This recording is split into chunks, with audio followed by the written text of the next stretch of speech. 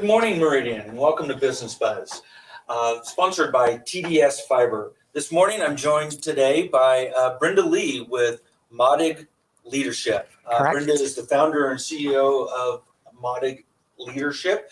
Brenda, tell our viewers a little bit about your background and how you got into this line of work. Yeah, well, it's kind of interesting. Honestly, I went to school. I got a computer coding degree. I often laugh and just say I now just recode brains instead of computers, but worked in corporate, was raised up in corporate, going through college and owned several different businesses. And it got to the point where it was just unfulfilling. And so I got to the position where I was like, I want to do something where I can give back. I've got all decades of expertise in business operations and running business and corporate and emotional intelligence. Really, due to the relationship I had with my ex-husband, it forced me into decoding the brain and human behavior and emotions and what drives our decisions. And I just shifted and capitalized on all those assets and now have this as a career. Okay. Well, what about your leadership program and services that you have set you apart from all the others that are doing similar type work? Yeah, a lot of times leadership development really focuses on team and this team development and having the team organized and working together and cohesive, which is great. But what they miss often is they don't work with the individual first. Oftentimes people say like this team, this organization, their operations have to drop down to the weakest link. And I nip that in its bud real fast. We work with each individual first, get them operating at their peak potential. Now we do the teamwork so that the whole leadership team can elevate to a level that they never could have had we not done that foundational work first. Okay. You mentioned earlier about emotional intelligence. Why is that so critical to business and maybe even more today? Oh, well, for certain, everybody says like COVID uncovered all of these things. And we're like, no, COVID just allowed the space for everything to finally come to the surface, everybody's emotions. So what happens is like 95% of our buying decisions are based out of emotions. They've done multiple different studies, depending on the study that you look at.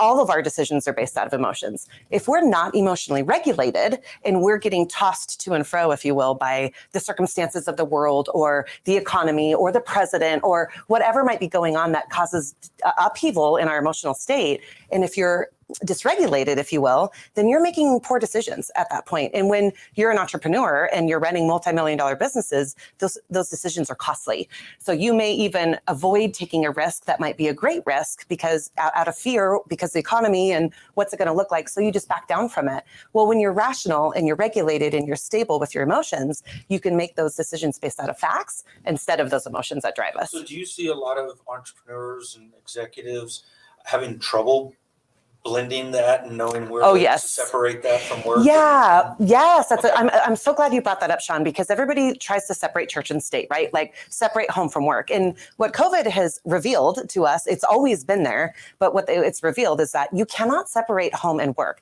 That's like getting in a toe-to-toe with your wife before you walk into the boardroom and have to present at a critical meeting. You're going to be off your game. There's no way around it. If you don't have the tools and the skills to regulate back down, separate that and step into that boardroom like a boss, then it's going to affect your business and your performance and how people view you and the respect level that you have walking out of that meeting, right? And so like I said, this has always been a thing. COVID just allowed it to come to the surface that work and home, we're holistic beings. You can't separate the two. You just simply can't. So you mentioned a little bit about your background, and so you specialize also in executive coaching that specifically for executives who may have gone through a divorce. How does that work? We talked a little bit about that earlier. Yeah. It was very interesting. Yeah. Well, what happens when people get divorced, the average time it takes to recover is 7 years. And it simply doesn't need to be that way.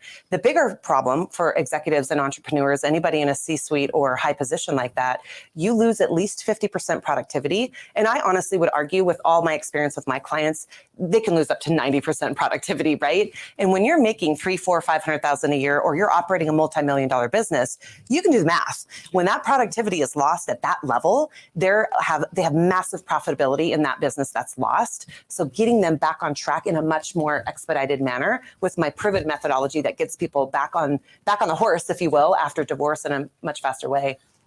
Earlier you mentioned it's not just divorce. It's life changes too. Yeah. I mean, I shared with you, recently an empty nester and the life changes of all that extra time. Yes. Yeah. What other types of major changes do you see that can happen at the executive level that you can help with? Yeah.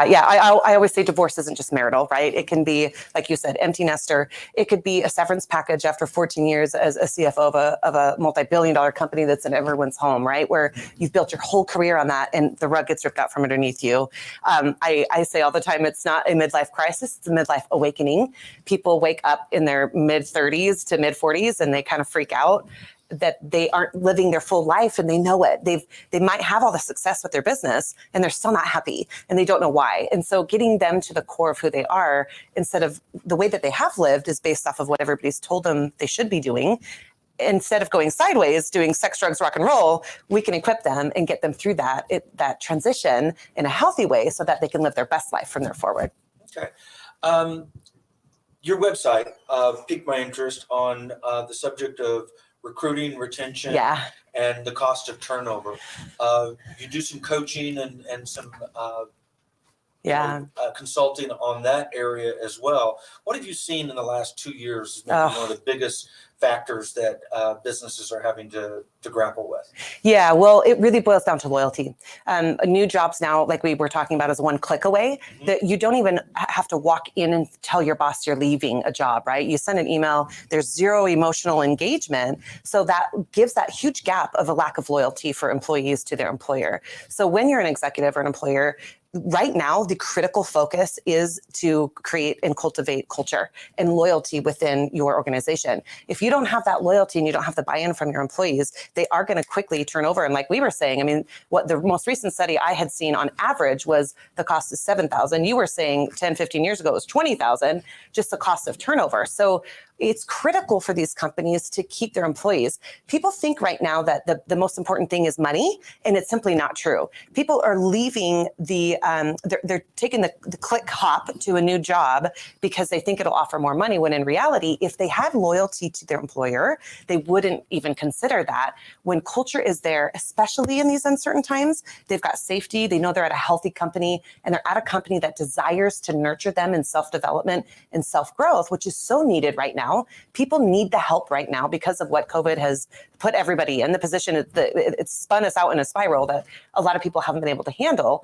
And getting this assistance from their employer, you now have massive buy-in, and those employees are going to leave. Yeah, we just had coffee this morning with a chamber member, and we were talking about that culture and how difficult it's been over the last 2 years to create that culture. What's one tip that you can give for a leader in what you've seen in the last 2 years of how to build that loyalty? Because that's hard whenever you're not engaging face to face or in an office environment with your staff and with your team members. What's one thing you would just say they've got to focus on? Well, honestly, the teams that are so successful that we've seen, I was sharing with you, I mean, one company, they didn't have income for the first 5 months. We did our work together, and the next 7 months, they knocked it out of the park, where collectively over the year, they had a 42% increase in income after 5 months of not having that. So the tip that I would offer is when you do something like that and you pour into your employees, they recognize that you care for them. When you care for them, they will care back. It's the law of reciprocity, where it's reciprocal, right? I give, you give back. It's just our human nature. And when you are working for somebody that cares enough to invest in your team that way and do it in person, I know like this is, everybody's struggling with this hybrid and everything, but the reality is you can't, 7% of communication is done through words, 36% is done through voice and inflection, like the tone of your voice. Everything else is done through body language. So you just can't establish that connection if you're doing it they've done studies. It doesn't happen. It doesn't happen. So invest in your team and get in person would be my two things. Even if you're hybridizing, 2 or 3 days a week, they're at home, start doing activities with your team. Do barbecues, go axe throwing, engage with each other. Let this cross over into personal life because it's already happened. Yeah. Just accept it and cross that over and enjoy and cultivate that relationship with your team. Well, Brenda, what is the best way for our viewers to get in touch with you if they're interested in talking with you more or having you help them with their business? Yeah. Well, you can go to our website, modigleadership.com, and you can schedule a call. You can find us on social media, and we're all over Facebook, LinkedIn, wherever you can, YouTube. We've got YouTube channel going and everything. So. Well, excellent. Well, Brenda, thank you so much Thank for you, coming Sean. in and I joining really us appreciate today. it. And once again, welcome to the Thank you. Commerce family. We I'm really excited. look forward to working with you. Yeah, thank you. I'm so excited to be here. I appreciate it. Excellent. So thanks once again to our sponsor, TDS Fiber. And we have some upcoming chamber activities that we want to let you know about. First Friday, our morning networking event is this Friday at Bright Eyes Coffee here in Meridian. So it's a free event for members and non-members, but we do ask that you register just so we know how many people are coming. Also, next week, we have our Women in Leadership event. This is one of our quarterly events put on by the Women in Leadership Committee. February 9th, it will be at the Independence Gun Range. It's a great program on situational awareness, laws regarding firearms, and some initial training on firearm safety. So be sure and sign up and join us for that Women in Leadership event as well. Thank you for joining us today, and have a great day, Meridian.